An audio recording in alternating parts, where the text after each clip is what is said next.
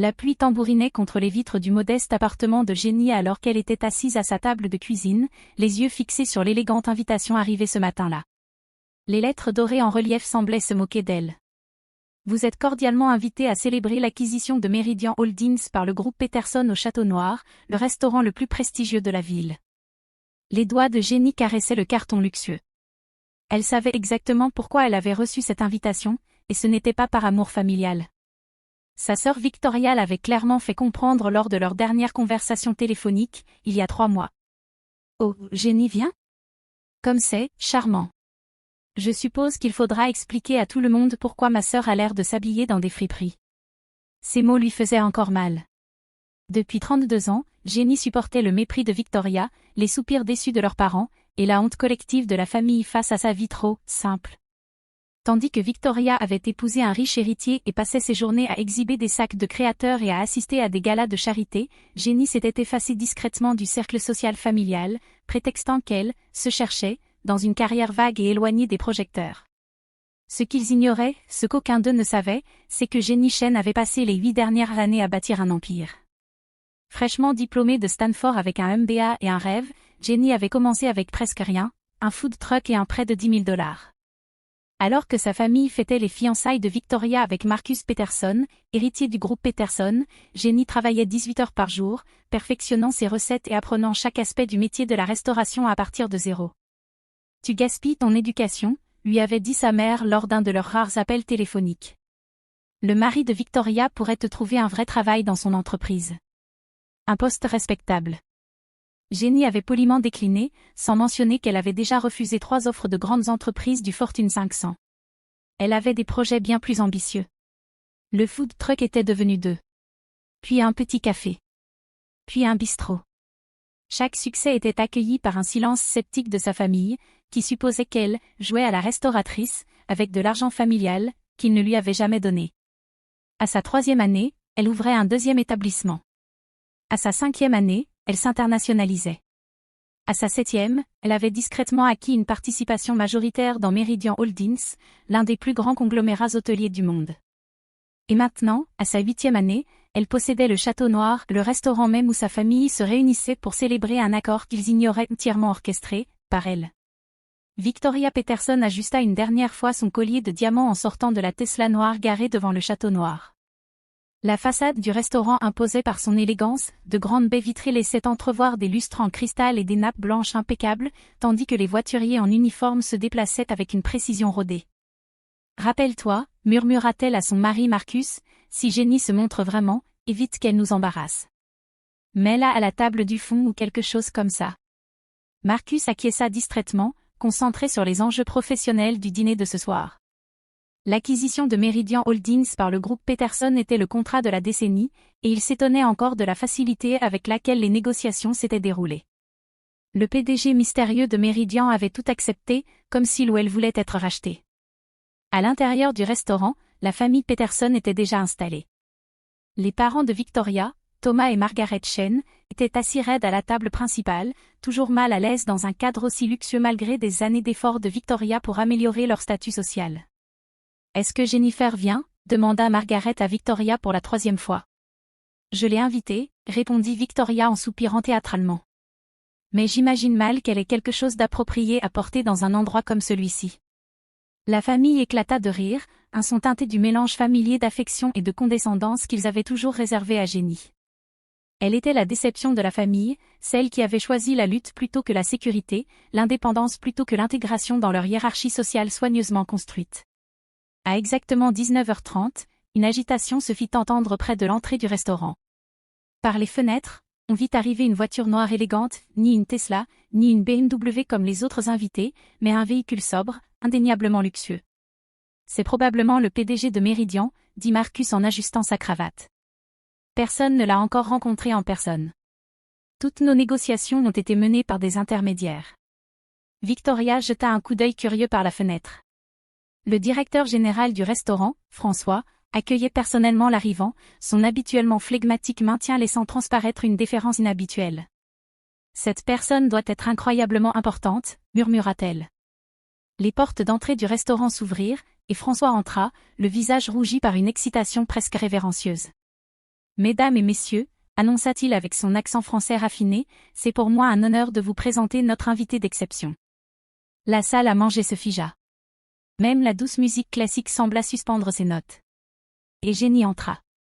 Mais ce n'était pas la Jenny qu'il se souvenait, celle qui portait des vêtements de seconde main et conduisait une vieille Honda cabossée. Cette Jenny avançait avec une confiance tranquille, vêtue d'une robe noire parfaitement taillée qui évoquait une élégance discrète, bien loin de l'opulence ostentatoire. Ses cheveux, autrefois tirés négligemment en arrière, étaient relevés en un chignon sophistiqué. Elle portait peu de bijoux, mais ce qu'elle arborait était manifestement authentique, un simple collier de perles et des boucles d'oreilles qui captaient la lumière avec une lueur véritable.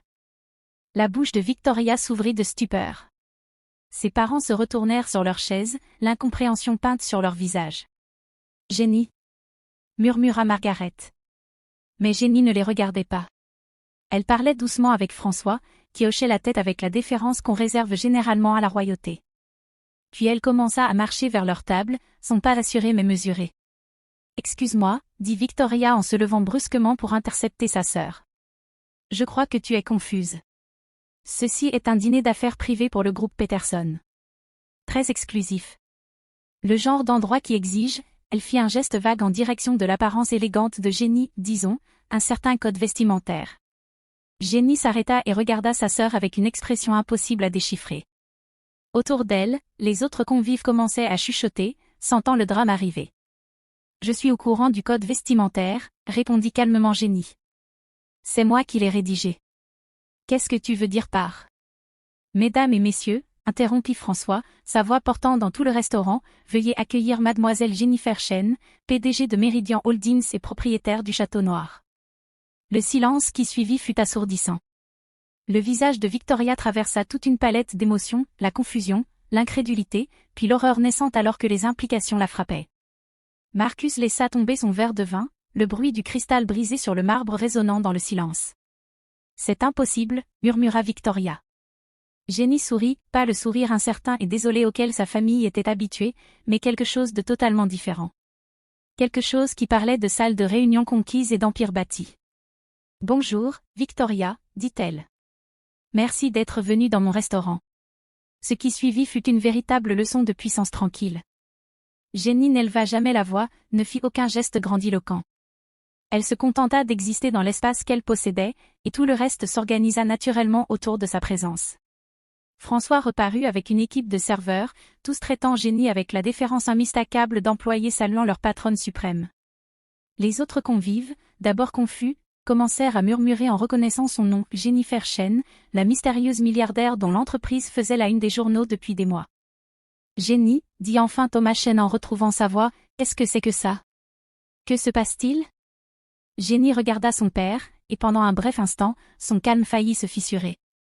C'étaient les gens qui l'avaient élevée, qui l'avaient aimée à leur manière limitée, et qui n'avaient jamais vraiment cru en elle. « Depuis 8 ans, » dit-elle d'une voix posée, « je construis une entreprise. Meridian Holdings possède aujourd'hui 347 restaurants dans 23 pays, dont le Château Noir. Nous employons plus de 15 000 personnes et avons généré 2,8 milliards de chiffres d'affaires l'année dernière. » Les chiffres restèrent suspendus dans l'air comme un défi à tout ce qu'ils pensaient savoir sur la hiérarchie familiale.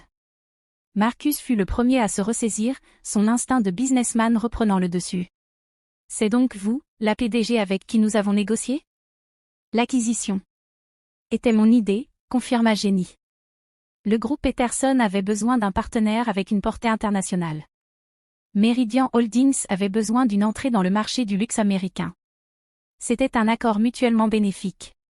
Elle s'arrêta un instant, observant les visages choqués de sa famille autour de la table. J'ai structuré l'accord de façon à ce que Marcus reçoive tout le crédit de la négociation.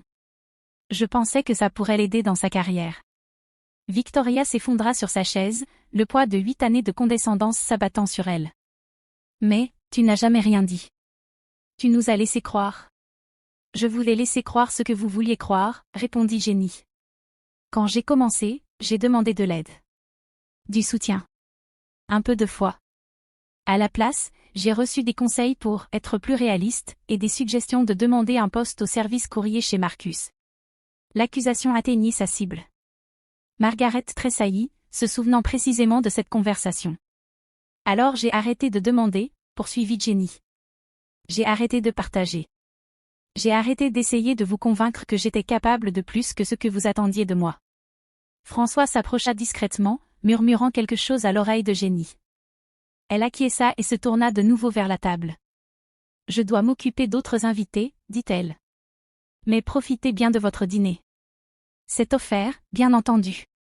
Alors qu'elle s'éloignait, la voix de Victoria la retint. Jenny, attends. La voix de sa sœur était faible, dépouillée de sa confiance habituelle. Je suis désolée. Je n'en avais aucune idée. Jenny se retourna, et pour la première fois de la soirée, son expression s'adoucit légèrement. Je sais que tu ne savais pas, dit-elle. Mais c'était justement le problème, non? Tu n'as jamais essayé de le savoir. Le reste de la soirée se déroula dans une brume irréelle. La rumeur de la présence de la propriétaire s'était répandue dans le restaurant, et Jenny circulait dans la salle comme une reine dans sa cour. Elle discutait avec le chef de cuisine à propos d'innovations sur le menu, consultait le sommelier pour les accords mets-vins, et saluait plusieurs partenaires internationaux présents ce soir-là. Depuis leur table, la famille Chen regardait, stupéfaite, celle qu'ils considéraient comme l'échec de la famille se fait respecter par certaines des personnes les plus influentes de la ville. L'entrepreneur tech du coin demandait ses conseils pour s'implanter en Europe. L'ambassadeur de France complimentait l'authenticité de la cuisine du restaurant. L'épouse du maire faisait l'éloge du travail caritatif que Meridian Holdings menait dans les communautés défavorisées. « Tu étais au courant de tout ça ?» demanda Margaret à Thomas à voix basse. Il secoua la tête, l'air perdu. Elle m'avait parlé d'un « petit commerce de restauration » il y a quelques années. Je pensais qu'elle parlait d'un café ou quelque chose du genre. Victoria restait silencieuse, abasourdie, regardant sa sœur évoluer avec une aisance et une autorité qu'elle ne lui aurait jamais imaginée. Toutes ses certitudes sur leurs places respectives dans le monde avaient été bouleversées. Marcus, quant à lui, vivait sa propre révélation. Les termes de l'acquisition nous étaient extrêmement favorables, dit-il doucement à Victoria. Je pensais qu'on avait juste eu de la chance avec un vendeur désespéré. Mais si elle a structuré tout ça délibérément. Elle t'a aidé, conclut Victoria, la réalisation la frappant de plein fouet. Quand Jenny revint enfin à leur table, elle trouva sa famille transformée. La supériorité facile avait disparu, remplacée par quelque chose de plus complexe, de la honte, de la confusion, et une prise de conscience douloureuse de combien il l'avait mal jugée. Je devrais y aller, dit Jenny en regardant sa montre. J'ai une visioconférence avec notre bureau de Tokyo dans 1 heure. Jenny, dit soudainement sa mère, est-ce que on pourrait te revoir? Pour déjeuner, peut-être? J'aimerais entendre parler de ton travail. Vraiment. Jenny scruta le visage de sa mère, à la recherche de traces de condescendance passée. Elle n'en trouva aucune. J'aimerais bien, dit-elle enfin. Victoria se leva, sa robe de créateur ressemblant soudain à un déguisement. Jenny, je ne sais pas quoi dire. J'ai été tellement. Tu as été celle que tu pensais devoir être, l'interrompit doucement Jenny. Tout comme moi. Elle sortit une carte de visite de son sac simple, élégante, avec le logo de Meridian Holdings embossé en doré. Il y a mon numéro direct, dit-elle en l'attendant à Victoria. Quand tu seras prête à connaître qui je suis réellement, plutôt que celle que tu croyais que j'étais, appelle-moi. Alors que Jenny se préparait à partir, François reparut une dernière fois, portant un petit paquet emballé. De la part de l'équipe de cuisine, expliqua-t-il. Un petit gage de reconnaissance pour tout ce que vous avez fait pour le restaurant. Jenny accepta le cadeau avec une chaleur sincère, son masque de femme d'affaires tombant un instant pour révéler quelque chose de plus personnel. Elle l'ouvrit pour découvrir une simple cuillère en bois, polie par l'usage. Elle vient de la collection personnelle de notre chef, expliqua François. Il a dit que cela lui rappelait que les meilleurs plats viennent du cœur, pas du prix. Les yeux de Jenny s'embuèrent légèrement. Dites-lui que je suis honorée. Alors qu'elle marchait vers la sortie, tout le restaurant sembla s'arrêter. Les conversations se figèrent en milieu de phrase. Les serveurs se tenaient un peu plus droits. Même la musique sembla s'adoucir en signe de respect à son départ. À la porte, elle se retourna une dernière fois pour regarder sa famille. Ils étaient toujours assis à leur table, paraissant petits et incertains dans la grande salle à manger. Pendant un instant, elle envisagea de revenir, de tenter de combler le fossé qui s'était creusé entre eux au fil de 8 années d'incompréhension et de rendez-vous manqués. Mais elle se contenta de sourire et d'incliner légèrement la tête, un geste qui réussissait à transmettre à la fois le pardon et un défi tout en douceur. La porte est ouverte, mais c'est à vous de la franchir. La voiture noire qui avait amené Jenny au restaurant l'attendait dehors, moteur allumé en silence.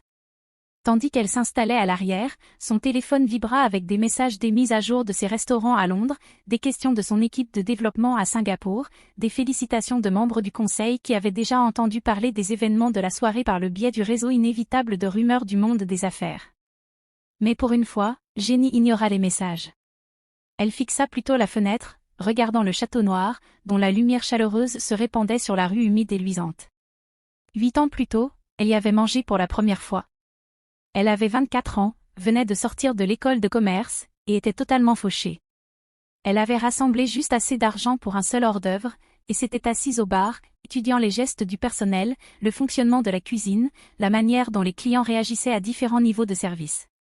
Ce soir-là, le maître d'hôtel avait été gentil mais ferme en lui suggérant qu'elle serait peut-être plus à l'aise dans un établissement plus décontracté. Elle était partie sans faire d'histoire, mais elle s'était fait une promesse. Un jour, elle reviendrait. Pas comme cliente, mais comme propriétaire. Aujourd'hui, alors que la voiture s'éloignait du trottoir, cette promesse semblait à la fois accomplie et incomplète. Elle s'était prouvée au-delà de tout doute, mais la victoire avait un goût amer sans la reconnaissance des personnes qu'elle avait le plus voulu impressionner. Son téléphone vibra à nouveau. Cette fois, c'était un message texte d'un numéro inconnu. « Jenny, c'est Victoria. J'ai eu ton numéro par maman. Je sais que je n'ai aucun droit de te demander ça, mais, est-ce qu'on pourrait parler? Vraiment parler? Je crois que je te dois 8 ans d'excuses. Et j'aimerais découvrir qui est vraiment ma sœur. » Jenny regarda le message pendant un long moment, puis tapa en réponse. « Un café demain? Je connais un endroit. » La réponse arriva immédiatement. « J'aimerais beaucoup. Et Jenny? Je suis fière de toi. J'aurais dû te le dire il y a des années. » Pour la première fois de toute la soirée, le sourire de Jenny fut entièrement sincère. Elle avait bâti un empire, gagné le respect de dirigeants du monde entier, et transformé un dîner de famille en révélation d'entreprise. Mais d'une certaine façon, ces quelques mots de sa sœur valaient plus que tout cela. Le petit café du vieux quartier de Jenny n'avait rien à voir avec le château noir. Les tables étaient dépareillées, le sol portait les marques du temps, et le menu était écrit à la craie sur un tableau derrière le comptoir. Mais le café y était excellent, et l'atmosphère, chaleureuse et sans prétention. Jenny était assise en face de Victoria, toutes deux habillées de façon décontractée pour la première fois depuis des années. Entre elles, reposaient les plans préliminaires de la Fondation familiale Chen, une organisation caritative qu'elles lançaient ensemble. « Je n'arrive toujours pas à croire que tu possèdes 47 cafés, dit Victoria en secouant la tête. Quand tu as dit que tu connaissais un endroit, je pensais juste que tu y étais déjà venu. Je l'ai acheté il y a 3 ans, admit Jenny. L'ancien propriétaire était en difficulté, et je ne pouvais pas supporter l'idée de voir cet endroit fermé. C'est le premier endroit qui m'a embauché, j'y travaillais pendant les vacances universitaires. » Victoria étudia le visage de sa sœur, découvrant encore de nouveaux aspects d'une personne qu'elle croyait pourtant connaître par cœur. « Tu regrettes, demanda-t-elle doucement. De ne pas nous avoir dit. D'avoir laissé croire. » Jenny réfléchit à la question en remuant son café avec lenteur. « Je regrette que cela ait été nécessaire, répondit-elle enfin. Mais je ne regrette pas de l'avoir fait. J'avais besoin de me prouver que je pouvais réussir sans votre approbation avant de pouvoir en profiter. Et maintenant? » Jenny sourit, tendant la main pour serrer celle de sa sœur. « Maintenant, je suis juste heureuse d'avoir retrouvé ma famille. » Dehors, par la fenêtre du café, la ville bourdonnait de son énergie habituelle. Quelque part de l'autre côté de la ville, le château noir se préparait pour une nouvelle soirée de service exceptionnel. À Singapour, le conseil de Meridian Holdings examinait des projets d'expansion dans 3 nouveaux pays. Dans l'appartement modeste de Jenny, une simple cuillère en bois reposait sur le comptoir de la cuisine, un rappel que le succès, comme les meilleurs repas, vient du cœur. Mais ici, dans ce petit café où tout avait commencé, 2 sœurs parlaient de l'avenir, enfin prêtes à construire ensemble quelque chose qui valait plus que toute leur réussite individuelle, une relation basée sur qui elles étaient réellement, et non sur ce qu'elles croyaient devoir être. L'invitée d'honneur était enfin rentrée chez elle.